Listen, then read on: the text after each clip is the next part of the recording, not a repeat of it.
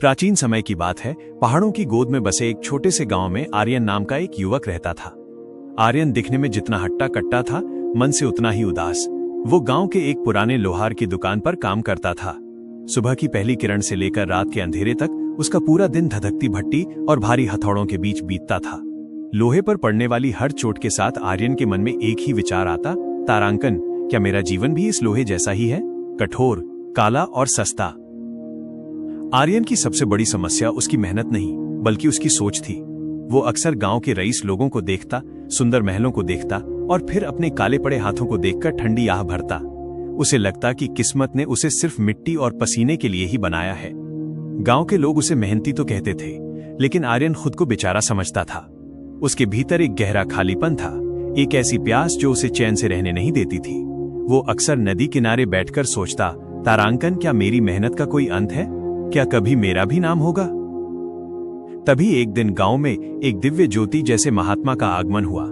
उनके चेहरे पर एक ऐसी शांति थी जिसे देखकर लोग खींचे चले आते थे। आर्यन ने भी उनके बारे में सुना और अपनी किस्मत का रोना लेकर उनके पास पहुंच गया। आर्यन ने उनके चरणों में सिर झुकाया और आंखों में आंसू भरकर बोला, तारांकन महाराज, मैं थक चुका हूं। मैं दिन रात पसीना बहाता हूं, फिर भी मेरा जीवन इस कोयले की राख जैसा ही है। क्यों कुछ लोग सोने के पालने में पैदा होते हैं और मुझ जैसा इंसान बस लोहे की चोट सहता रहता है? क्या मेरी कोई कीमत नहीं है? महात्मा ने आर्यन की आंखों में झांका। वे जानते थे कि आर्यन को किसी उपदेश की नहीं, बल्कि एक अनुभव की जरूरत है। उन्होंने अपनी झोली से एक मटमैला, धूल भरा पत्थर निकाला और आर्यन के हाथ पर रख दिया। वो पत्थर देखने में बिल्कुल साधारण था, जैसे रास्ते में पड़ा कोई कंकड़। महात्मा बोले, तारांकन बेटा, मैं तुम्हारे सवाल का जवाब कल दूंगा, लेकिन उससे पहले तुम्हें मेरा एक छोटा सा काम करना होगा। ये पत्थर लो और बाजार जाओ, इसकी असली कीमत पता करके आओ। पर याद रखना, चाहे कुछ भी हो जाए, इस पत्थर को बेचना मत। बस कीमत जानकर वापस आ जाना। आर्यन को बड़ा अजीब लगा। उसने सोचा, इस पत्थर की क्या कीमत होगी? फिर भी महात्मा की आज्ञा मानकर वो अगले दिन सुबह बाजार की ओर निकल पड़ा। उसका पहला पड़ाव एक सब्जी बेचने वाली महिला की दुकान थी। आर्यन ने वो पत्थर दिखाया और पूछा, माँ जी, क्या आप इस पत्थर की कीमत बता सकती हैं? सब्जी वाली ने पत्थर को हाथ में लिया, उसे उलट पलट कर देखा और बोली, तारांकन बेटा, ये पत्थर तो सुंदर है, मेरे पोते के खेलने के काम आएगा। इसके बदले में मैं तुम्हें 2 किलो आलू दे सकती हूँ। क्या तुम्हें मंजूर है? आर्यन मुस्कुराया और उसने महात्मा की बात याद की, बेचना मत। उसने पत्थर वापस लिया और आगे बढ़ गया। मन ही मन उसने सोचा, चलो कम से कम इस पत्थर की औकात 2 किलो आलू जितनी तो है।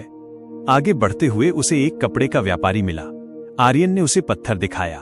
व्यापारी ने पत्थर को धूप में ले जाकर देखा और कुछ सोचकर बोला, तारांकन देखो भाई, पत्थर तो ठीक ठाक लग रहा है। मैं इसके बदले तुम्हें एक थान सूती कपड़ा दे सकता हूं। इससे ज्यादा इसकी कोई कीमत नहीं है।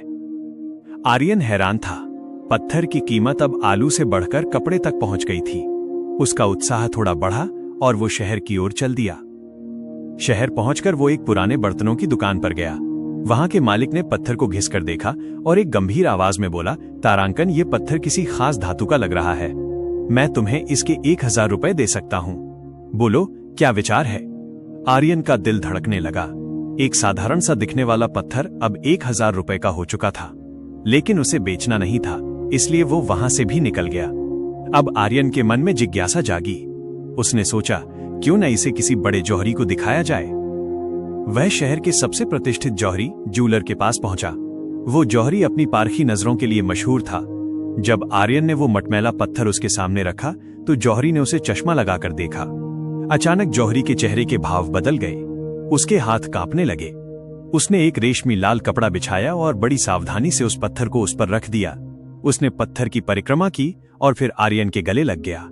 जौहरी ने हाँफते हुए पूछा, तारांकन नौजवान, तुम ये कहां से लाए? यह कोई पत्थर नहीं है, यह इस सदी का सबसे नायाब माणिक्य रूबी है। ये अनमोल है। आर्यन भौचक्का रह गया। उसने हकलाते हुए पूछा, तारांकन, फिर भी इसकी कीमत क्या होगी? जौहरी ने खिड़की के बाहर इशारा करते हुए कहा, तारांकन बेटा, अगर मैं अपनी ये दुकान, ये शहर और अपनी 7 पुश्तों की दौलत भी बेच दूं, तब भी इस पत्थर की कीमत नहीं चुका पाऊंगा। ये बेशकीमती है, इसे संभाल कर रखना। आर्यन के पैरों तले जमीन खिसक गई। वो पत्थर जिसे उसने रास्ते का कंकड़ समझा था, वो पूरी दुनिया की दौलत से भी महंगा था। वो भागता हुआ महात्मा के पास पहुंचा। उसने पत्थर उनके चरणों में रख दिया और पूरी कहानी सुनाई। वो अब भी हैरान था। महात्मा मुस्कुराए और बोले, तारांकन आर्यन, अब तुम्हें तुम्हारे सवाल का जवाब मिल गया होगा। तुम्हारी जिंदगी भी इस पत्थर जैसी ही है। तुम खुद में एक अनमोल माणिक्य हो। लेकिन याद रखना, दुनिया तुम्हें तुम्हारी कीमत नहीं बल्कि अपनी औकात और अपनी सोच के हिसाब से आंकेगी। महात्मा ने आगे समझाया, तारांकन, सब्जी वाले के लिए तुम्हारी कीमत 2 किलो आलू जितनी थी, क्योंकि उसकी जरूरत और समझ उतनी ही थी। कपड़े वाले के लिए तुम 1 थान कपड़े जितने थे और बर्तनों वाले के लिए 1000 रुपए।